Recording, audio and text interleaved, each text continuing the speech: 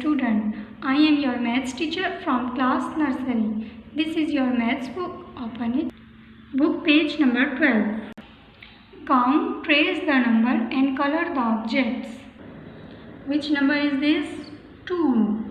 How many suns are there? Count with me. 1, 2. 2 suns.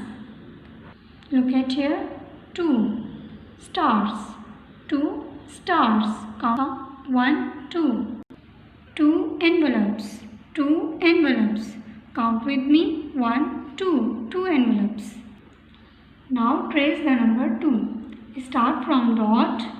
2 is must sit down. This is number 2. Look at here. Start from dot. 2 is must sit down. This is number 2. 2 suns. How we trace the number 2? Start from dot. 2 is must sit down. This is number 2. Look at here. Start from dot. 2 is must sit down. This is number 2. 2 stars.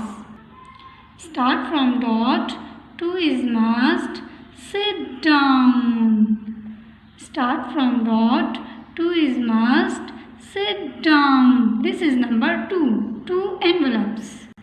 We complete our tracing work. After tracing, start coloring these pictures. Which color is this? This is yellow color.